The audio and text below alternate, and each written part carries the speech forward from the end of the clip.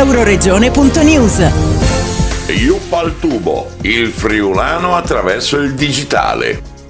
In aderenza a quanto stabilito dall'amministrazione regionale, di concerto con l'Arlef, nel piano generale di politica linguistica per la lingua friulana 21-25, Arlef ha realizzato video simpatici da inserire nei social, come spiegato dal presidente dell'agenzia, Eros Cisilino. Grandi progetti, perché questa volta abbiamo puntato molto su una campagna interessante che riguarda appunto i nostri giovani di Yupp al tubo, e questa campagna viene portata avanti per tutto quello che riguarda appunto la lingua friulana, la conoscenza della lingua friulana e soprattutto un avvicinamento che non riguarda solo i nostri coregionali ma anche quelli che in questo momento magari possono abitare da altre parti, possono essere nati anche da altre parti, sentirsi friulani e voler imparare qualcosa di più dal friulano, e quindi è una campagna importante che trova grande apprezzamento e soprattutto grande seguito, ma direi soprattutto una grande volontà da parte dei giovani di poter imparare, cimentarsi col friulano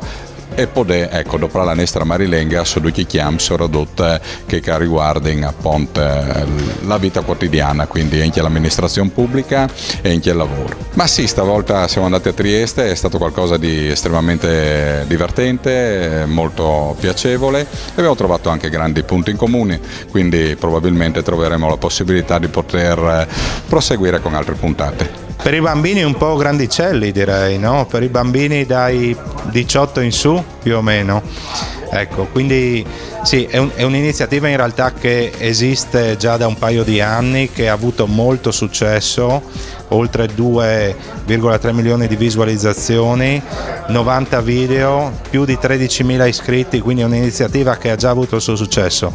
Chiaramente l'intenzione dell'Arlef della regione è di portarla anche su altre piattaforme, come TikTok ad esempio, e soprattutto anche di farla conoscere a chi non è tanto abituato ai social, no?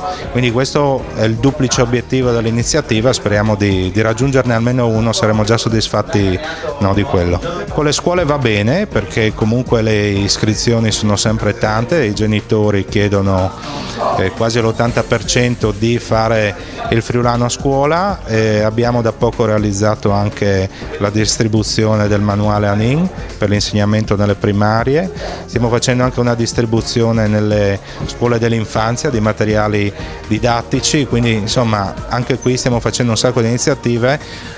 Chiaramente l'Arlef cerca di dare assistenza e supporto agli insegnanti, che sono i veri referenti, no, per la lingua friulana nelle scuole, e sono quelli che giorno per giorno poi portano avanti l'attività, quindi il grazie va soprattutto a loro per il loro grande lavoro.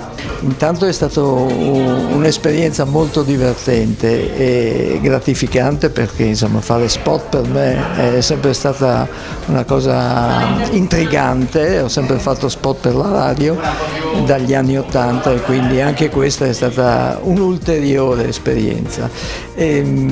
Continuerò a fare cose in friulano, soprattutto il teatro, ma la lingua che prediligo, e quindi la metto in tutte le salse e spero di poter continuare a lungo, così che anche il friulano abbia vita, anche grazie al nostro contributo teatrale, radiofonico, televisivo.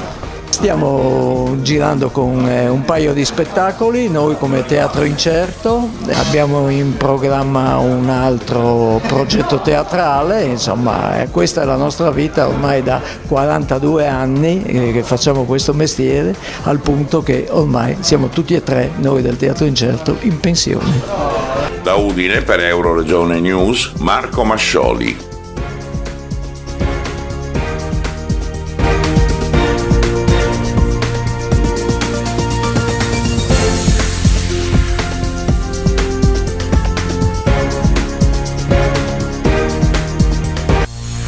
Euroregione.news.